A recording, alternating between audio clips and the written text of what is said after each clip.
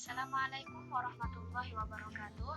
Saya Miftahun Nafiul Ummah dengan NIM 190867643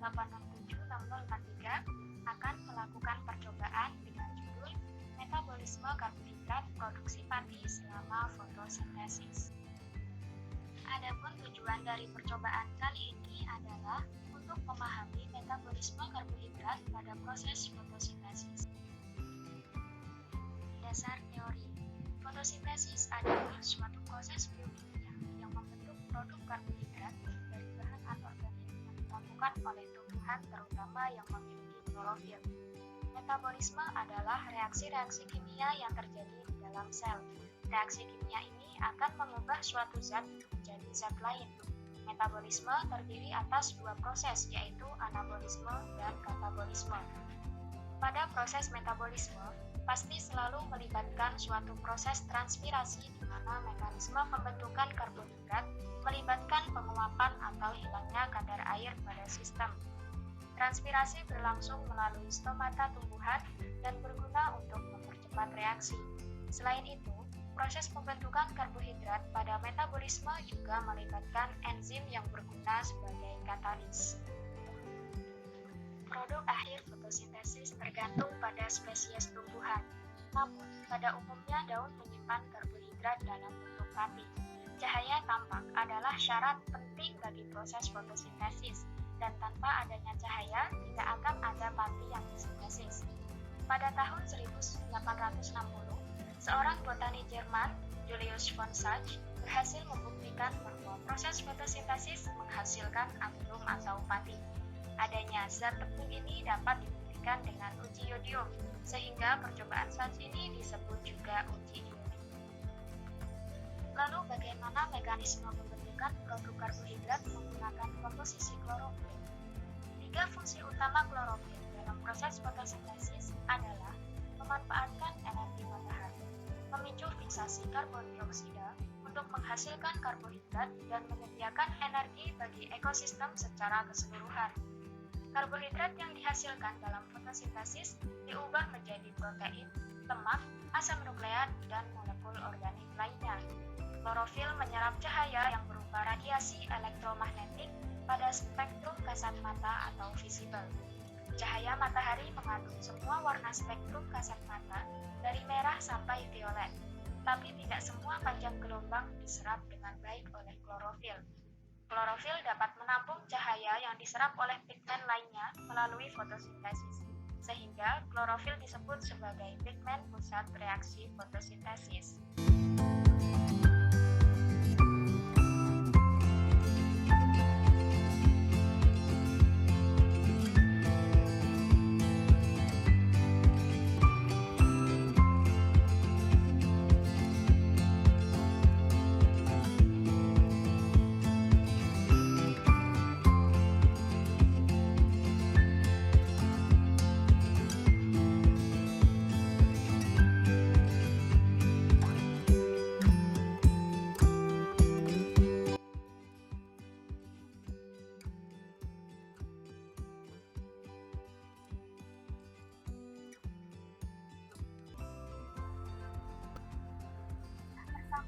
Ditutup setengah bagian daun menggunakan aluminium foil selama 5 hari dan dekatkan dengan penjepit agar tidak ada celah bagi cahaya matahari.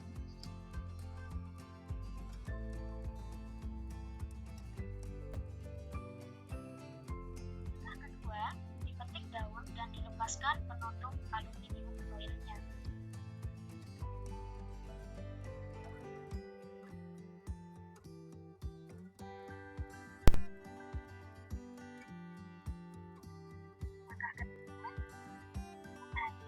Masukkan daun ke dalam wadah agar sel tersebut mati.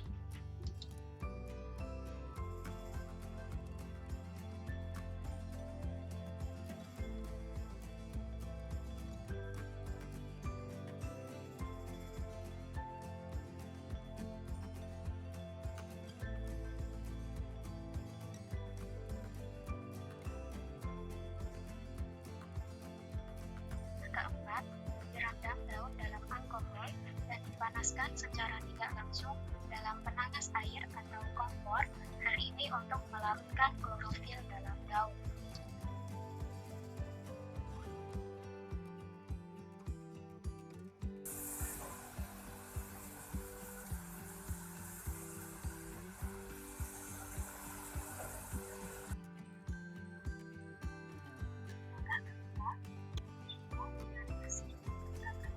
Agar alkohol dan klorofil hilang dari daun dan ditiriskan.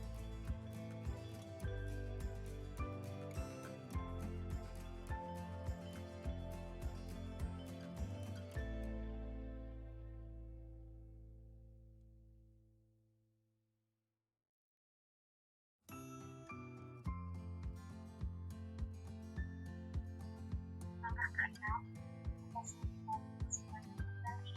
secara merata pada untuk melihat adanya pahit atau abu pada daun tersebut.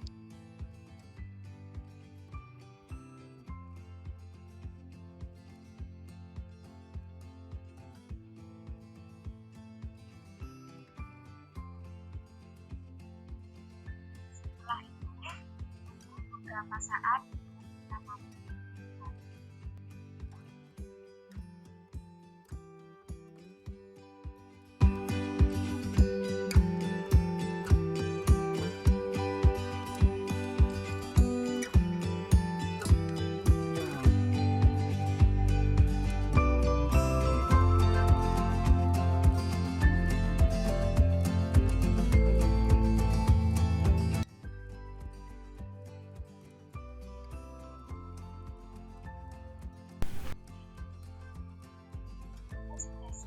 merupakan suatu proses biokimia yang dilakukan tumbuhan, alga, dan beberapa jenis bakteri untuk memproduksi energi, terpakai atau nutrisi dengan memanfaatkan energi cahaya.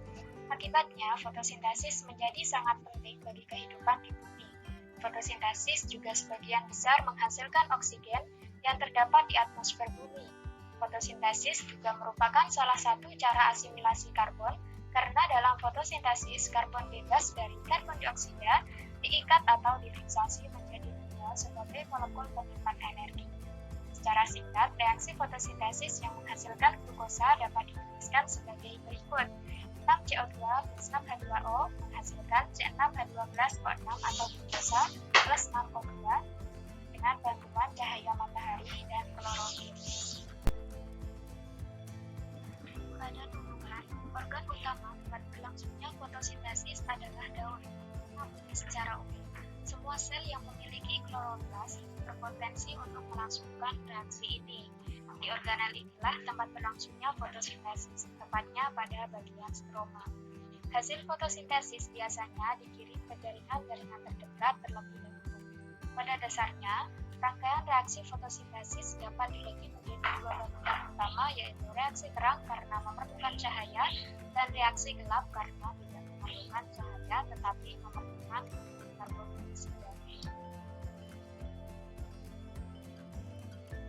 Dari praktikum yang telah dilakukan dapat dilihat bahwa setelah ditetesi iodium atau betadine, bagian permukaan daun yang tidak ditutup aluminium foil berubah warna menjadi biru kehitaman.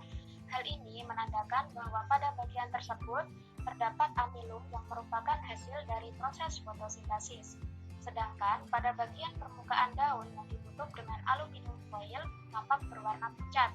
Hal tersebut menandakan bahwa bagian daun yang ditutup aluminium foil tidak terdapat amilum karena tidak berlangsung fotosintesis.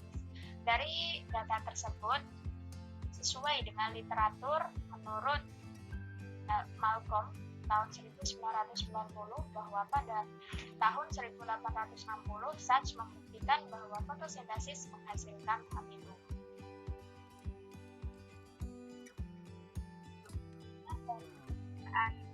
Adalah daun yang terbuka terkena cahaya matahari langsung sehingga terbentuk amilum dari hasil fotosintesis. Berdasarkan hasil pengamatan yang dilakukan, daun yang berwarna hijau mengandung karbohidrat dan daun berwarna pucat tidak mengandung karbohidrat. Fungsi dari air panas pada percobaan ini adalah agar sel-sel pada daun mati. alkohol untuk melarutkan klorofil pada daun, sedangkan larutan iodin untuk membuktikan ada tidaknya karbohidrat pada daun. Ini daftar pustaka yang saya butuhkan. Bersama Assalamualaikum warahmatullahi wabarakatuh.